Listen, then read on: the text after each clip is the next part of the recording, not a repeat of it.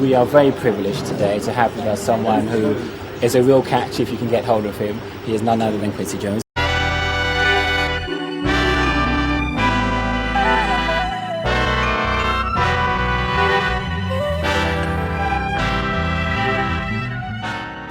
So what do you do when you've got the old masters of film and music in your archive? Does that make you bitter though?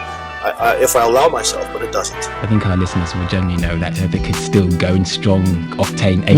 Yes, very strong. Wow, yes. The four-piece band work under the name D-Influence. They're here to tell us what they've been up to, and they just come back from a gig. Tomorrow we have Wembley Stadium, believe it or not, supporting Michael Jackson. We can't believe it ourselves. That's absolutely true. They've just been sitting there and you thought, gosh, I think they would really enjoy this. Well, just got an idea. Why not make a rag? In fact, first and foremost, we're going to make this extraordinary museum. And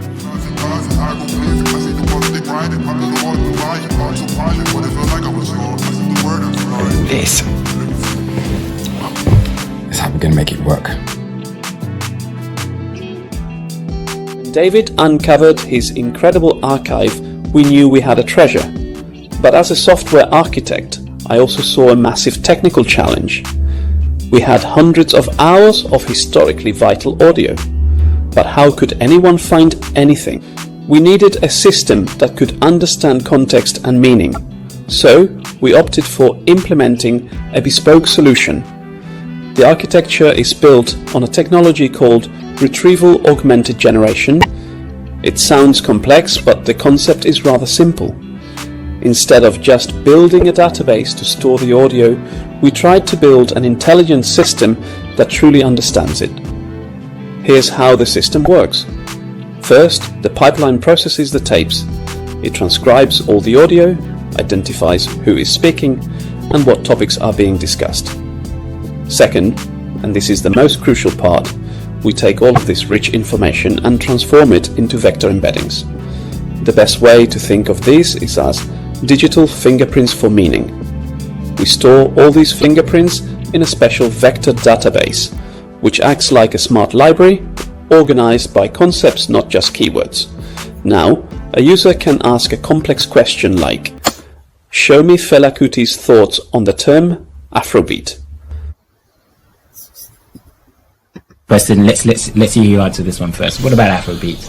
No, I play African music now. I don't call it Afrobeat anymore. I play African music. But what was Afrobeat then? It was a gimmick. The system does not send that question to a generic AI. Instead, it first goes into the vector library, where information is clustered, and then retrieves the actual verified clip from the archive where Fela Kuti is speaking. Only then does it pass that verified text to a large language model. The AI's job is not to invent an answer, but simply to synthesize a clear summary based only on the factual content we just gave it. What we're trying to present here is a particular way of how Sonic Archive transcends different constituents and different phases, but it's significant enough because it gives us an idea of what's taken place in the past, and we're using that now into basically a RAG using AI and various other modalities to present this archive going into the future where everyone can enjoy it.